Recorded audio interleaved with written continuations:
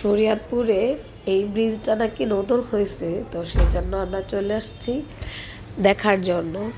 আমি যেই গ্রামে যাই ওই গ্রামের আশেপাশে যেই জায়গাগুলো থাকে দেখার মতো অবশ্যই সেখানে যাই দেখার জন্য। তো এখানে নয়নমণি ব্রিজের উপর একটা ছেলে থেকে নিচে সাইকেলটা চালানোর জন্য, তো অল্প একটু চালানো হয়েছে। তারপরে আমরা এখান থেকে চলে আসছি Mujib Zarina foundation college and school. এটা শরীয়তপুরের মধ্যে সবচেয়ে বড় স্কুল অ্যান্ড কলেজ আর খুবই ভালো। তো এখানে আসলাম, আসার পরে দেখলাম আমার খুব ভালো লাগছে, অনেক বড়। এখানে বাচ্চাদের জন্য আলাদা খেলার জন্য জায়গা আছে, এইটার আবার আলাদা একটা মাদ্রাসা শাখাও আছে, সেটাও দেখলাম। আমার খুবই ভালো লাগছে। অনেক যে কলেজটা বানাইছে তার বাবা মার দুজনের নাম দিয়ে এটা বানানো হয়েছে, আর যে এই স্কুল অ্যান্ড কলেজ বানাইছে তার ফটো এখানে দেওয়া আছে।